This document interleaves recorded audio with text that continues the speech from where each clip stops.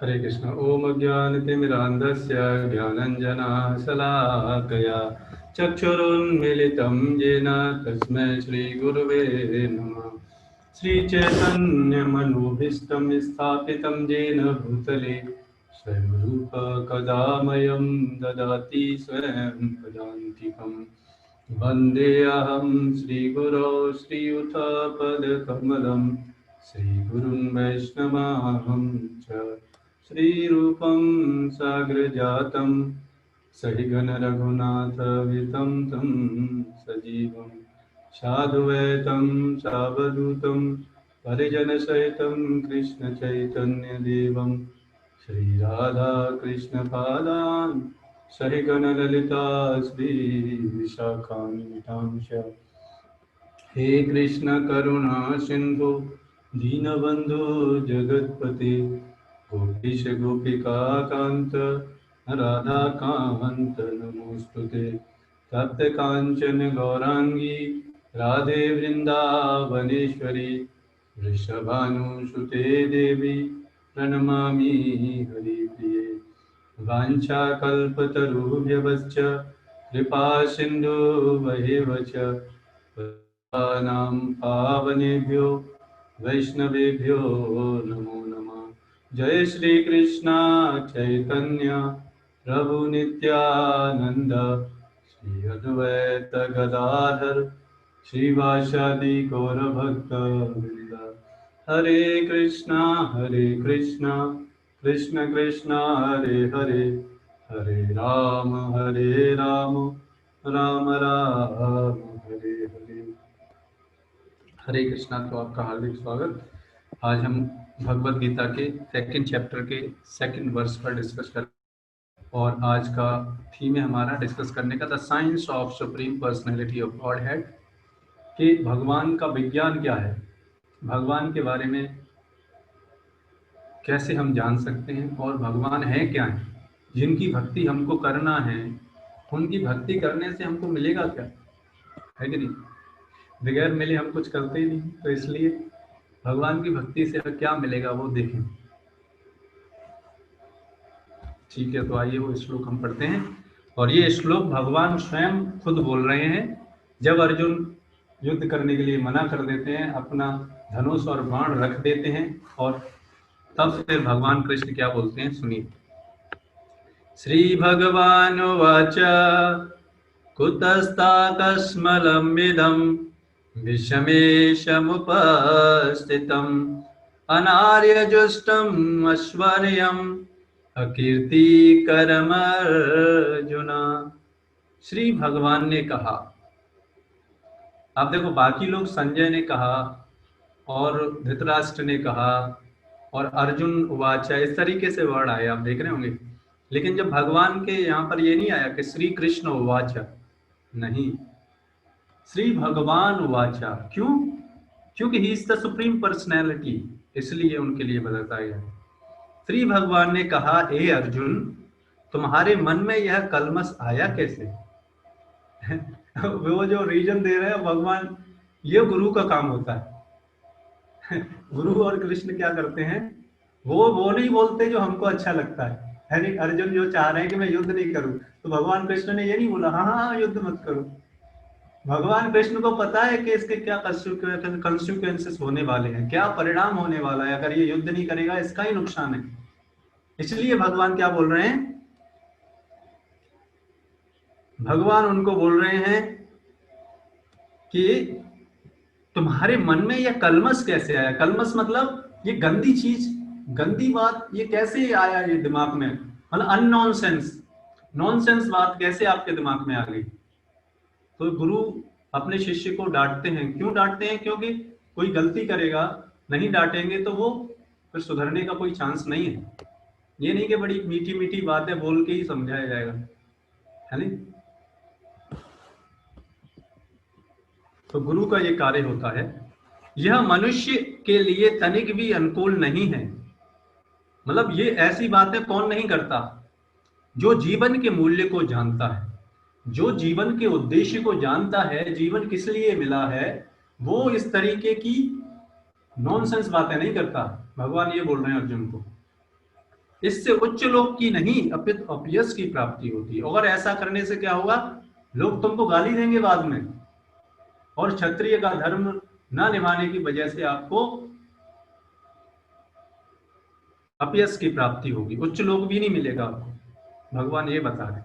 और परपट बताते हैं, ये बहुत इंपॉर्टेंट परपट है, कृपया करके मेरा रिक्वेस्ट है आप ध्यान पूर्वक सुने और समझें, क्योंकि ये चीज समझ में आ गई तो हम जीवन भर भक्ति कर सकते हैं। तो श्री कृष्ण तथा भगवान अभिन्न हैं। आज का परपट थोड़ा बड़ा है हम प्रयास करेंगे खत्म करने का। श्री कृष्ण तथा भगवान अभिन्न हैं, इसीलिए श्री कृष्ण को संपूर्ण गीता में भगवान ही कहा गया है। अभिन्न का मतलब है भगवान श्री कृष्ण ही परम भगवान है, इसलिए श्री कृष्ण को संपूर्ण गीता में भगवान ही कहा गया है। इसलिए उनके लिए जहां पर भी जो बोला जाएगा, जैसे ही भगवान बोलेंगे, कृष्ण भगवान जैसे ही बोलेंगे, उनके लिए कृष्ण उवाच नहीं आएगा, श्री भगवान उवाच। क्यों? क्योंकि वो परम भगवान है।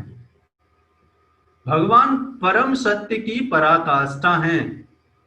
परम सत्य का बोध ज्ञान की 3 अवस्थाओं में होता है। ये हमने पिछले कुछ सेशनों में आपको बताया भी था कि भगवान का 3 तरीके से रियलाइजेशन किया जा सकता है, काफी डिटेल में बताया था।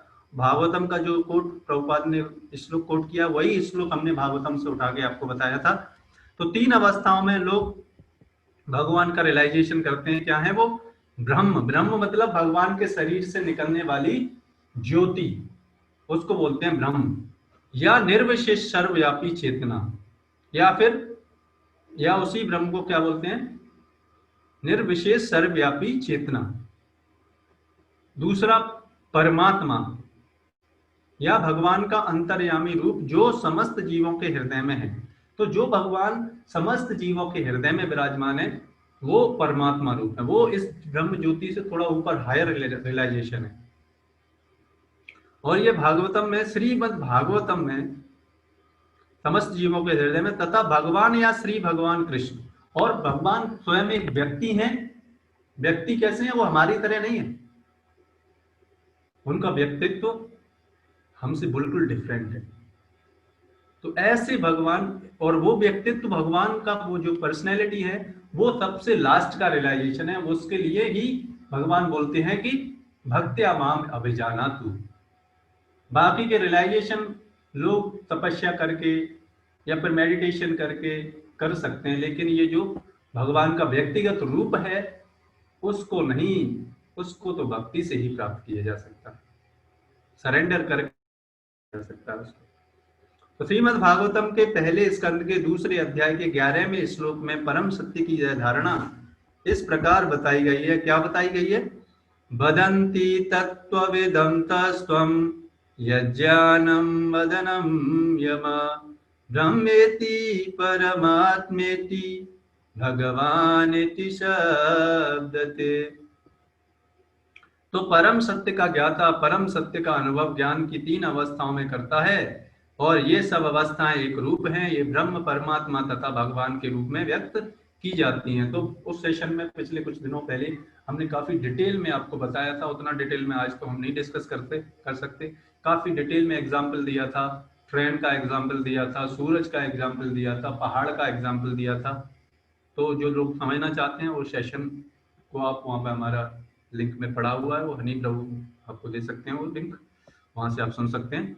बाकी अब इन 3 दिव्य पक्षों को सूर्य के दृष्टांत द्वारा समझाया जा सकता है, क्योंकि इनके भी 3 भिन्न पक्ष होते हैं, यथा धूप यानी प्रकाश, सूर्य की सतह तथा सूर्य लोक स्वयं। तो जिस तरीके से उदाहरण दिया गया यहाँ पर सूर्य का, तो यह उदाहरण भी हमने उसमें दिया था आपको। तो ब्रह्म ज्योति मतलब भगवान के शरीर से निकलने वाली ज्योति, उसको ब्रह्म बोलते हैं। उसी तरीके से सूर्य की किरणों, तो सूर्य की किरणें किसकी कारण है? सूर्य भगवान एक व्यक्ति हैं, उनकी वजह से वो प्लेनेट है, उस प्लेनेट में से जो ज्योति निकलती है उसको हम धूप बोलते हैं। तो उसी तरीके से ये एग्जाम्पल दिया गया है। जो सूर्य के प्रकाश का अध्ययन करता है वह नौसिखिया होता है। तो जो ब्रह्म ज्योति तक ही रह जाते हैं वो नौसिखिया हैं, पहली क्लास के स्टूडेंट हैं। जो सूर्य की सतह को समझता है वह कुछ आगे बढ़ जाता है, जो थोड़ा परमात्मा रूप में समझता है वो थोड़ा सा 5-6 क्लास में आ गया। और जो सूर्य लोक में प्रवेश करता है वह उच्चतम ज्ञानी है, और जो भगवान का व्यक्तिगत रूप समझ जाता है, उनकी सेवा करता है, वो पीएचडी किया हुआ स्टूडेंट है। तो जो नौ सिखिया सूर्य प्रकाश उसकी विश्व व्याप्ति तथा उसकी निर्विशेष प्रकृति के अखंड तेज के ज्ञान से ही तुष्ट हो जाता है, वह उस व्यक्ति के समान है जो परम सत्य के ब्रह्म रूप को ही समझ सकता है।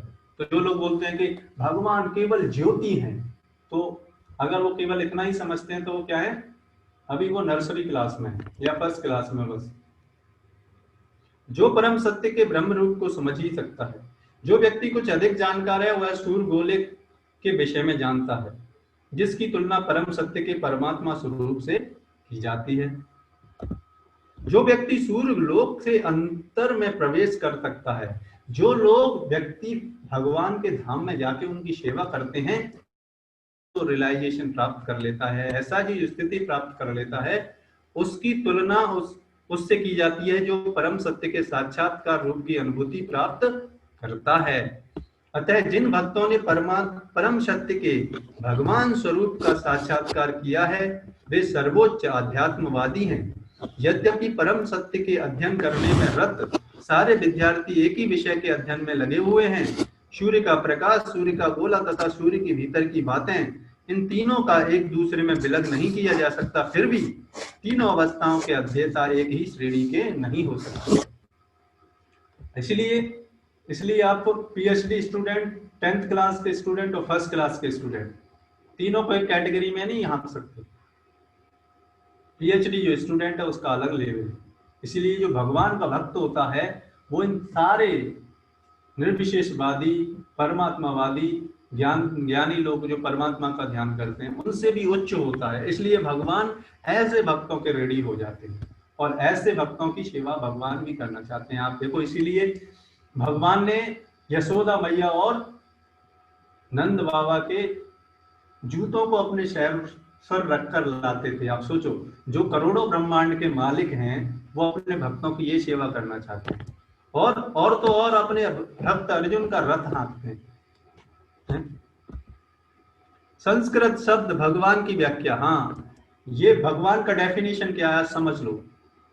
इसलिए भगवान को परम भगवान बोला गया है, ये परिभाषा है।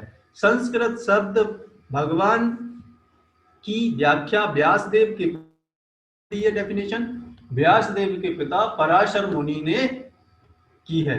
समस्त धन, शक्ति, यश, सौंदर्य, ज्ञान, त्याग, लोग इसी में तो आकर्षण है। लोगों को क्या चाहिए? धन चाहिए, यश, प्रसिद्धि चाहिए। लोग जानते हैं कि मेरे को लोग जाने कि मैं कौन हूं इस संसार में, इसलिए तो धन कमाते हैं।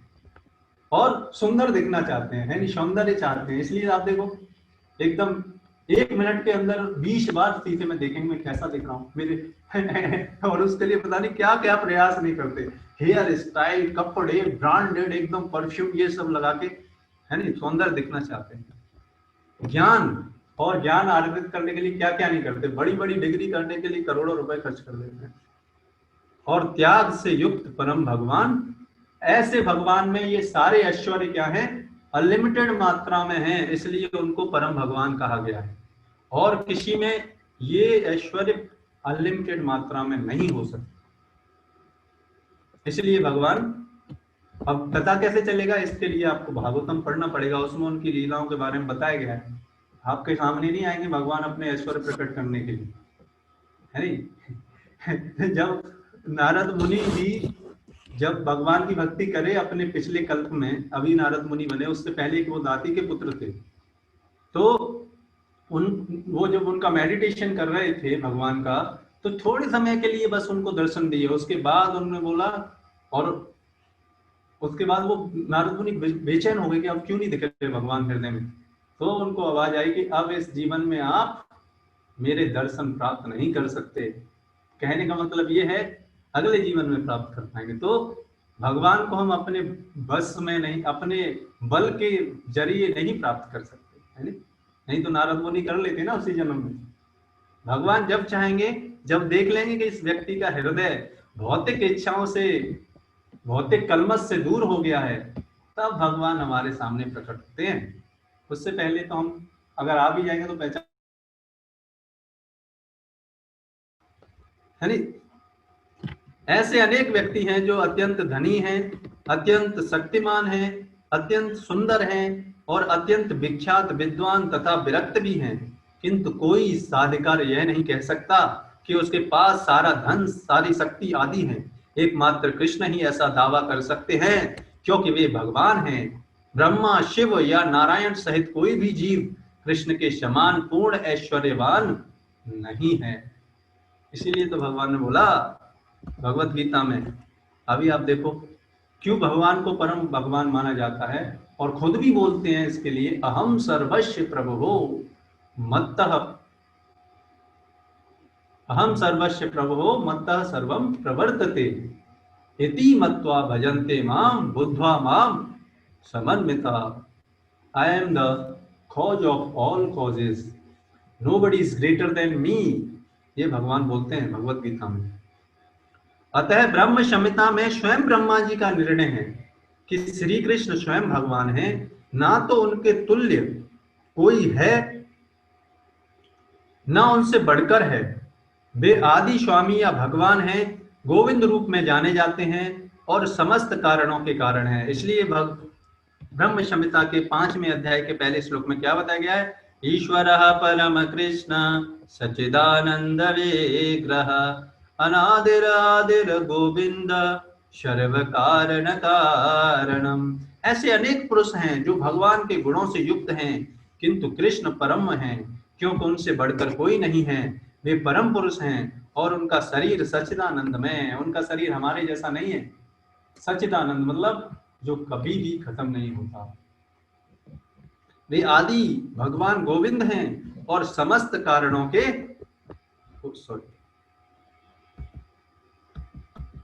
कारण हैं। भगवान भागवतम में भी भगवान के नाना अवतारों की सूची है। कृष्ण को आदि भगवान बताया गया है, जिससे अनेक अवतार तथा ईश्वर विस्तार करते हैं। एते चांस कला पुंसः कृष्णस्तु भगवान स्वयं इंद्रियारि व्याकुलं लोकम मृगयन्ति युगे युगे। यहाँ पर वर्णित भागवतम में पहले सारे अवतारों के बारे में बताया गया, फिर और भगवान को भी इसमें इंक्लूड किया गया, फिर बाद में स्पेशली बताया कि ये भगवान कृष्ण हैं, अवतार नहीं है, ये अवतार ही हैं, इन्हीं से सब कुछ उत्पन्न हुआ है। यहाँ पर वर्णित सारे अवतारों की सूची या तो भगवान की अंश कलाओं या पूर्ण कलाओं की है, किंतु कृष्ण तो स्वयं भगवान हैं। ये भागवतम के पहले स्कंद के 3 अध्याय के 28वें श्लोक में दिया गया है। अतः कृष्ण आदि भगवान, परम सत्य, परमात्मा तथा निर्विशेष ब्रह्म दोनों के उद्गम हैं। भगवान की उपस्थिति में अर्जुन द्वारा स्वजनों के लिए शोक करना सर्वथा शोभनीय है। इसलिए भगवान डांट रहे हैं अर्जुन को। अतः कृष्ण ने कुतः शब्द से अपना आश्चर्य व्यक्त किया है। आर्य जैसा, आर्य व्यक्ति किसको बोला जाता है? आर्यन बोलते हैं ना, इंडिया के व्यक्ति आर्य हैं। किस लिए बोला जाता है? आर्य जैसी सभ्य जाति किसी व्यक्ति से ऐसी मलिनता की उम्मीद नहीं कर सकती। आर्य उन लोगों को बोला जाता है जो अपने जीवन के उद्देश्य को जानते हैं। ये लोग बुद्धिमान होते हैं और जिनकी सभ्यता आत्म साक्षात्कार पर निर्भर करती है। देहात्म बुद्धि से प्रेरित मनुष्यों को यह ज्ञान नहीं रहता कि जीवन का उद्देश्य परम सत्य भगवान विष्णु या कृष्ण का साक्षात्कार है। वे तो भौतिक जगत के बाह्य स्वरूप से मोहित हो जाते हैं, अतः वे नहीं समझ पाते कि मुक्ति क्या है। तो ऐसे पुरुष आर्य नहीं कहे जाते जो केवल जीवन को ईटिंग मीटिंग स्लीपिंग डिफेंडिंग करने में खत्म कर देते हैं। जिन पुरुषों को भौतिक संबंध से मुक्ति का कोई ज्ञान नहीं होता, वे अनार्य कहलाते हैं। यद्यपि अर्जुन क्षत्रिय था, इसलिए भारत के लोगों को आर्य बोला जाता था, लेकिन अभी भारत के लोग आर्यों के नाम पर कलंक है कि नहीं? वो भी भौतिकवादी चीजों के पीछे पागल हो गए।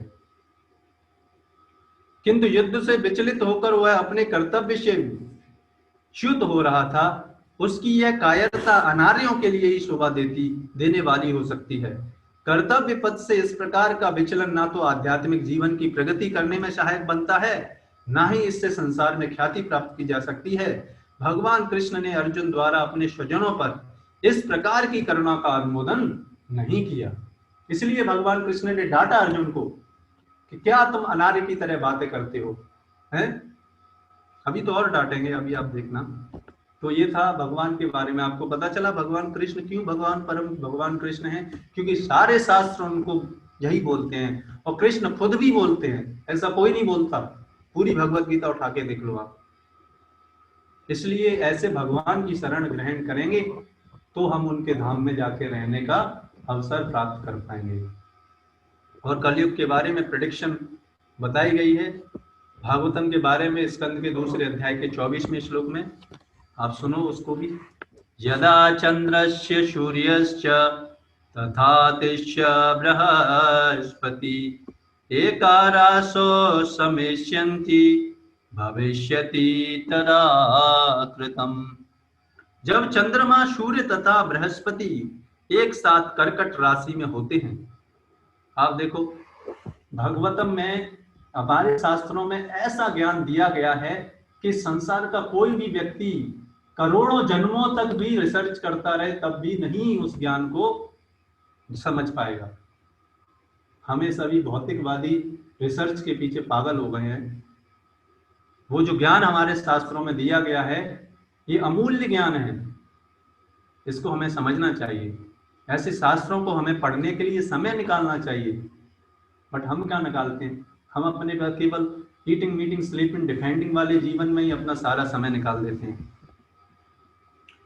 तो जब चंद्रमा, सूर्य तथा बृहस्पति एक साथ कर्कट राशि में होते हैं और तीनों एक ही समय पुष्य नक्षत्र में प्रवेश करते हैं, ठीक उसी समय क्षण सत्य तथा कृत युग प्रारंभ होगा।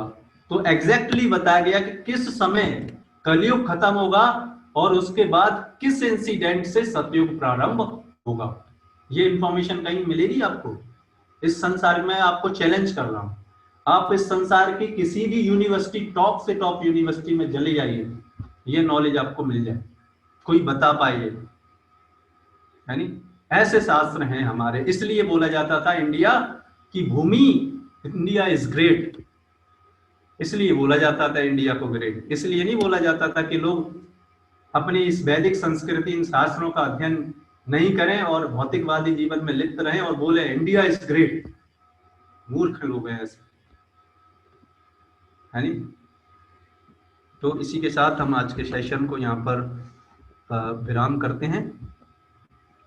आपका और भी जानना चाहते हैं तो हमारा ग्रुप है जर्नी ऑफ सेल्फ डिस्कवरी, उस पर आप ज्वाइन कर सकते हैं और भी इस तरीके के सेशंस में आने के लिए, फिर और पर्सनल गाइडेंस के लिए, उसमें और ज़्यादा आप समझ सकते हैं इन सारी चीज़ों से, है ना? तो इस तरीके से हम इसको, आज के सेशन को हम यहीं पे विराम देते हैं।